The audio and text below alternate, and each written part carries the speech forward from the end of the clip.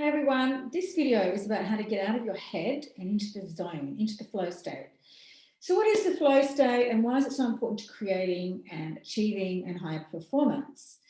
It's a state that we can engineer for ourselves in order to achieve optimal performance or outcomes with ease and in perfect alignment with our desired outcomes.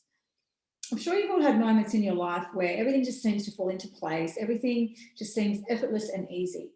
Things just work out, you're in the right place at the right time.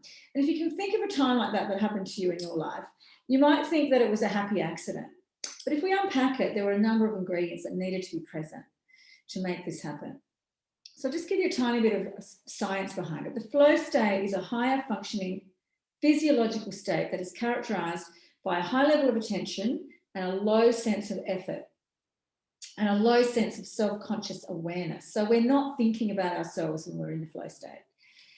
It's the optimal state of consciousness.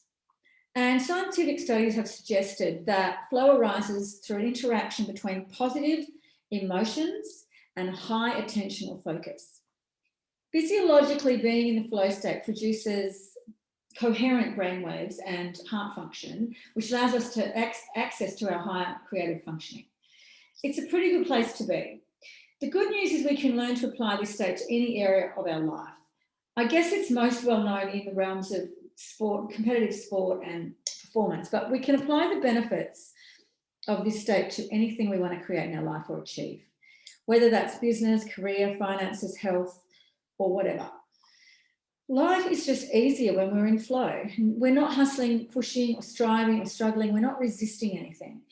Think of a river that has no obstacles in the way. The water can flow with force and speed so easily. And once there's enough momentum and the environment is conducive, it can become a waterfall. It becomes a torrent of powerful energy.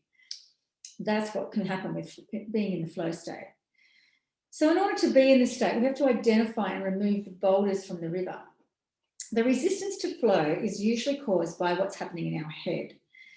It's all about self-doubt, self-criticism, self-judgment, and uncertainty. Negative thought creates negative emotion, and negative emotional energy is the enemy of flow. It has the power to stop us in our tracks and dam up our progress or our process. Think of when something doesn't go to plan, we make a mistake of some sort. Most of us beat ourselves up over it. And if we do that, we're immediately being pulled out of alignment and flow. We are damming the river. Instead, if we don't beat ourselves up, we simply observe the mistake and we learn from it and adjust accordingly. We can stay focused on the end result, on the end goal. We keep our eye on the prize no matter what. And the minute we do that, we're back in flow. The minute we let self-doubt, criticism, or judgment in, we are out of alignment and we are blocking our energy and flow. I've experienced this flow state quite a few times in my life. It's usually happened when I've set myself a goal, I've done all the hard work, the training or the research, and it only really happens at the point where I'm able to let go. You let go of the wanting, the needing, the craving or the struggling with yourself.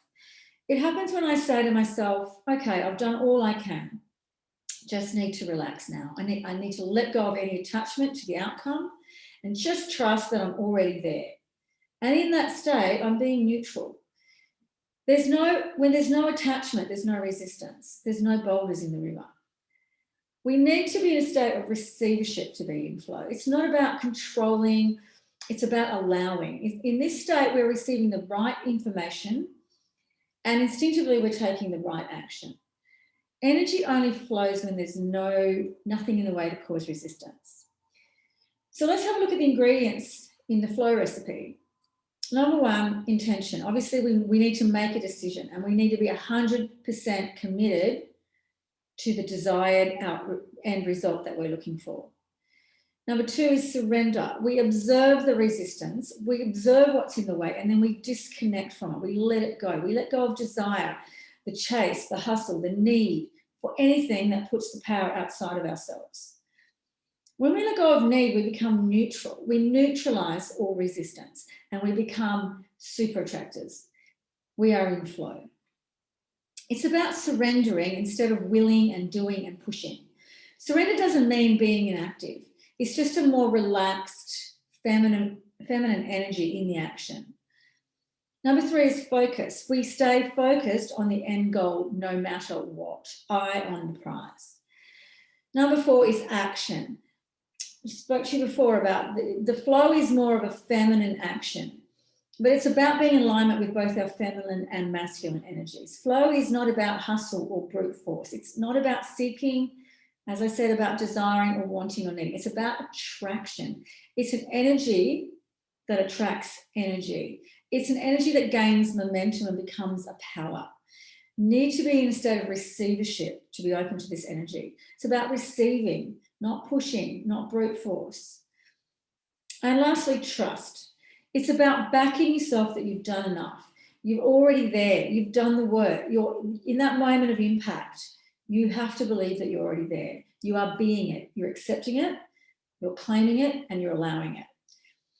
And that's it. There you have it. That's the recipe for the flow state.